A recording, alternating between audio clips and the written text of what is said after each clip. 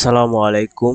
জেলা প্রশাসকের কার্যালয় ডিসি অফিসে আবারও নতুন একটি নিয়োগ বিজ্ঞপ্তি প্রকাশিত হয়েছে।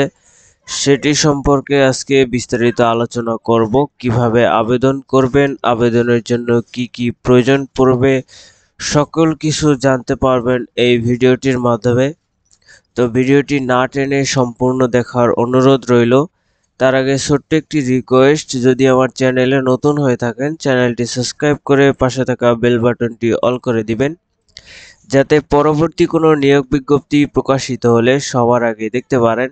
তো বেশি কথা না বলে চলুন নিয়োগ বিজ্ঞপ্তিটি দেখা যাক। এখানে প্রথমেই যে পদের নামটি দেখতে পাচ্ছেন, কম্পিউটার অপারেটরে একজন লোক নিয়োগ দেওয়া হবে। বেতন স্কেল 11,000 থেকে 26,590 টাকা পর্যন্ত।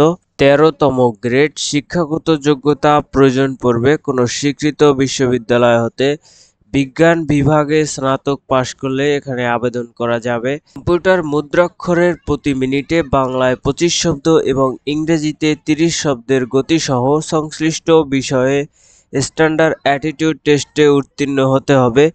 বাংলা ও ইংরেজি উভয় প্রকার মুদ্রাক্ষরের ক্ষেত্রে প্রতি 5টি স্ট্রোক একটি শব্দ হিসাবে গণ্য হবে। 5% ভুলের অধিক ক্ষেত্রে কোনো গতি অর্জন করেননি মর্মে গণ্য হবে। লিখিত পরীক্ষায় উত্তীর্ণ প্রার্থীরা শুধু ব্যবহারিক পরীক্ষায় এবং ব্যবহারিক পরীক্ষায় উত্তীর্ণ প্রার্থীরাই শুধু মৌখিক পরীক্ষায় অংশগ্রহণ করতে পারবেন। এরপরে রয়েছে অফিস সহকারী কাম কম্পিউটার মুদ্রাক্ষরিকে 28 জন লোক নিয়োগ দেওয়া হবে। 9,300 থেকে 22,490 টাকা আবেদন স্কেল।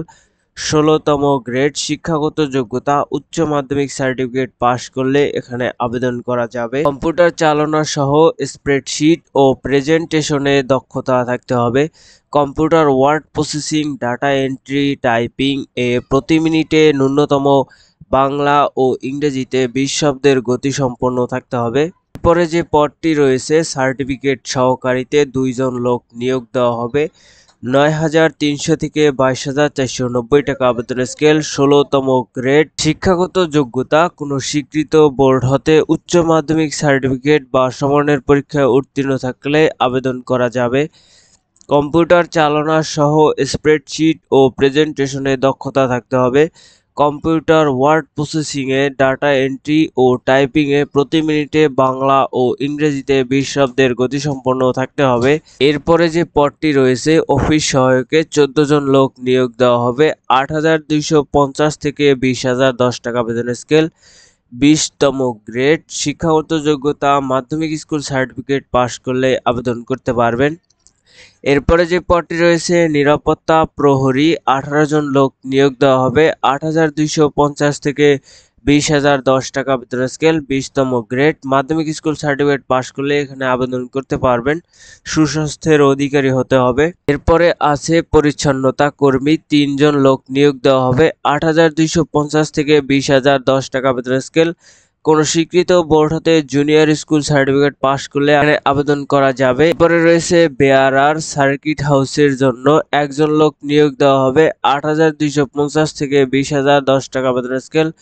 20তম গ্রেড। কোন স্বীকৃত বোর্ড হতে মাধ্যমিক স্কুল সার্টিফিকেট পাশ করলে এখানে আবেদন করা যাবে। অনলাইনে আবেদনপত্র পূরণ ও দাখিল করার নিয়মাবলী। আগ্রহী প্রার্থীরা http.dcnaoga.teletalk.com.bd এই ওয়েবসাইটে গেলে আপনারা আপনাদের আবেদনটি সম্পন্ন করতে পারবেন। তো আবেদনপত্র পূরণের শুরুর তারিখ 11/9/2025 খ্রিস্টাব্দ সকাল 10টা থেকে এবং আবেদনপত্র দাখিলের শেষ তারিখ 12/10/2025 খ্রিস্টাব্দ বিকাল 5টা পর্যন্ত।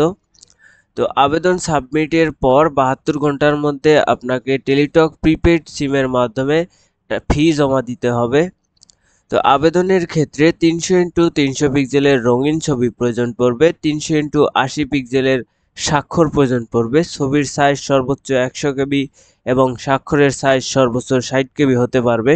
আবেদনের ফি বাবদ 1 থেকে 3 নম্বর ক্রমিকের ক্ষেত্রে 112 টাকা প্রয়োজন পড়বে এবং 4 থেকে 7 নম্বর ক্রমিকের জন্য 56 টাকা প্রয়োজন পড়বে।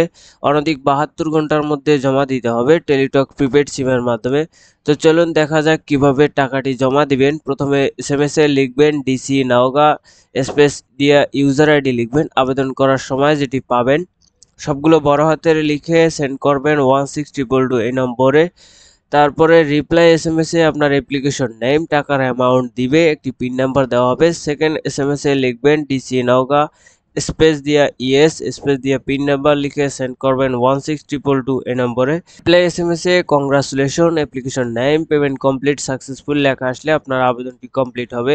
এখানে একটি ইউজার আইডি এবং পাসওয়ার্ড দেওয়া হবে, যেটি পরবর্তীতে এডমিট কার্ড ডাউনলোডের ক্ষেত্রে আপনার প্রয়োজন পড়বে। এটি সংরক্ষিত রাখবেন।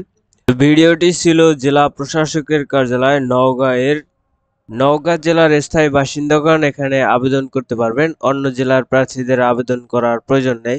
তো নিয়োগ বিজ্ঞপ্তিটি পেয়ে যদি উপকৃত হয়ে থাকেন তো আমার চ্যানেলটি সাবস্ক্রাইব করে পাশেই থাকবেন। ধন্যবাদ।